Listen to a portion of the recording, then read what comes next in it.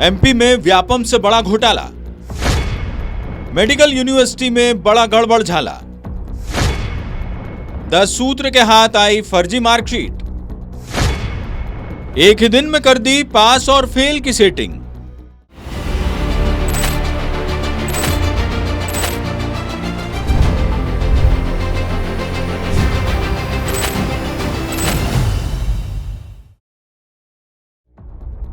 पिछले 2.5 महीने से एमपी की इकलौती मेडिकल यूनिवर्सिटी सुर्खियों में है।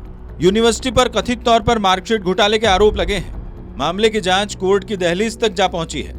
आरोप लगे हैं कि परीक्षा कराने वाली माइंड लॉजिस्टिक इंफ्राटेक कंपनी ने एग्जाम कंट्रोलर और एक लिपिक के साथ सांठगांठ कर छात्रों को पास और फेल करने का खेल खेला। इसके बाद कंपनी को टर्मिनेट कर दिया गया। एग्जाम कंट्रोलर समेत कई लोगों की प्रतिनियुक्तियां खत्म कर दी गई। अब इन आरोपों का सच 10 सूत्र आपको दिखा रहा है। पहला मामला, जरा इस मार्कशीट को देखिए। मार्कशीट दीपाली कोरी नाम की छात्रा की है। 2018 में बनी इस मार्कशीट में दीपाली का रोल नंबर है 1742777। मार्कशीट के मुताबिक दीपाली को मिले हैं 312 नंबर और रिजल्ट है कि वो पास है। अब दूसरी मार्कशीट देखिए, ये भी दीपाली की ही मार्कशीट है।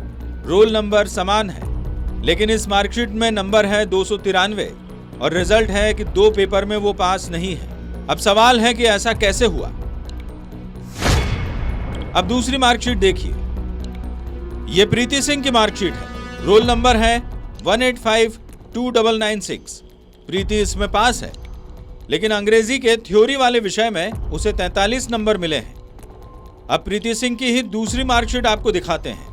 रोल नंबर समान है, इसमें अंग्रेजी की थ्योरी वाले विषय में उसे 49 नंबर मिले हैं। अब सवाल है कि 43 नंबर से 49 नंबर कैसे हुए। तीसरी मार्कशीट है 1625876 रोल नंबर वाले रेजी थॉमस की। इस मार्कशीट के मुताबिक रेजी थॉमस फेल है। इसके बाद रेजी थॉमस की एक और मार्कशीट है जिसमें रेजी थॉमस ग्रेस नंबरों के साथ पास है। अब ये कैसे हुआ? इन तीनों मार्कशीट से साफ है कि मेडिकल यूनिवर्सिटी में धांधली बड़े पैमाने पर की गई। जब मेडिकल यूनिवर्सिटी की धांधलियां सामने आई तो कुलपति टीएन दुबे ने इस्तीफा दे दिया। हालांकि टीएन दुबे ने इस्तीफा देने के लिए व्यक्तिगत कारणों का हवाला दिया है, मगर जिस दिन कुलपति ने इस्तीफा दिया उसी दिन प्रदेश सरकार के पूर्व मंत्री और बीजेपी नेता अजय विश्नोई ने ट्वीट कर इस मामले को और हवा दे दी कि वो 2011 से इस पूरी धांधलियों को लेकर सीएम को पत्र लिख रहे थे। दूसरा, परीक्षाएं समय पे नहीं हो रही, रिजल्ट समय पे नहीं आ रहे, उसके कारण अनेकों छात्रों के कई वर्ष खराब हो रहे हैं।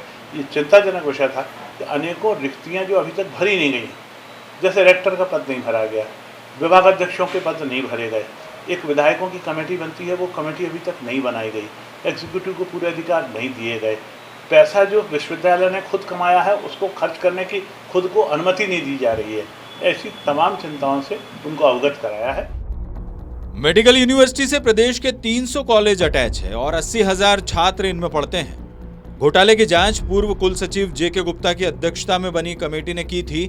कमेटी ने हाईकोर्ट में जो जांच रिपोर्ट पेश की उसके मुताबिक प्रश्न पत्र बनाने से लेकर उत्तर पुस्तिका जांचने, रिवैल्यूएशन से लेकर मार्कशीट जारी करने में गड़बड़ियां हुई।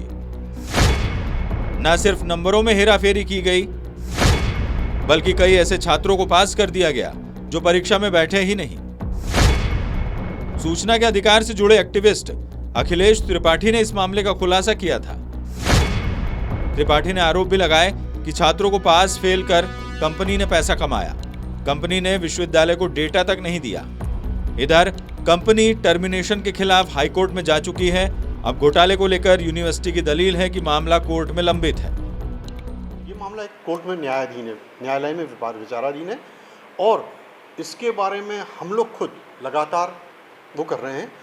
मतलब एक जांच कमेटी बनने वाली है इस सब के बारे में, हाई लेवल जांच कमेटी बनेगी, वो अपना निर्णय देगी और सीधा कोर्ट को देगी। अभी जो जांच कमेटी थी वो किसी भी स्तर पर कॉम्पिटेंट नहीं थी। वो जांच कमेटी लगभग बोगस थी। हमने कोर्ट में भी हम इस बात को बोलेंगे कि इस जांच कमेटी की रिपोर्ट हमें मान्य नहीं है। हम अपना करेंगे। और साहब इस बारे में आपसे मैं आपको रिक्वेस्ट करूँगा कि चूँकि ये मामला कोर्ट में जा चुका है, तो कृपया अगर मुझसे ज़्यादा मत पूछिए इस बारे में। इस पूरे मामले में अहम बात यह है कि जांच रिपोर्ट में इस बात का जिक्र है कि डेटाबेस में फेरबदल हुआ।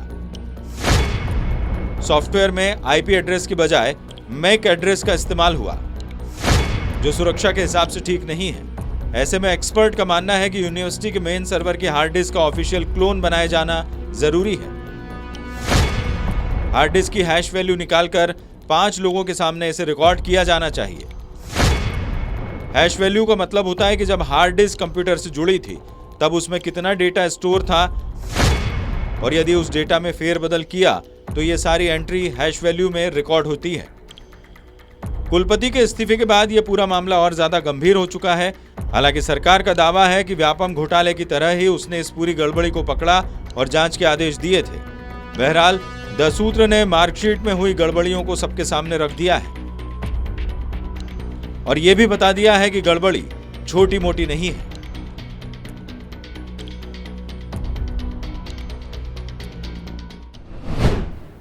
आपको ये वीडियो कैसा लगा कमेंट बॉक्स में ज़रूर लिखिए। वीडियो को लाइक और शेयर कीजिए।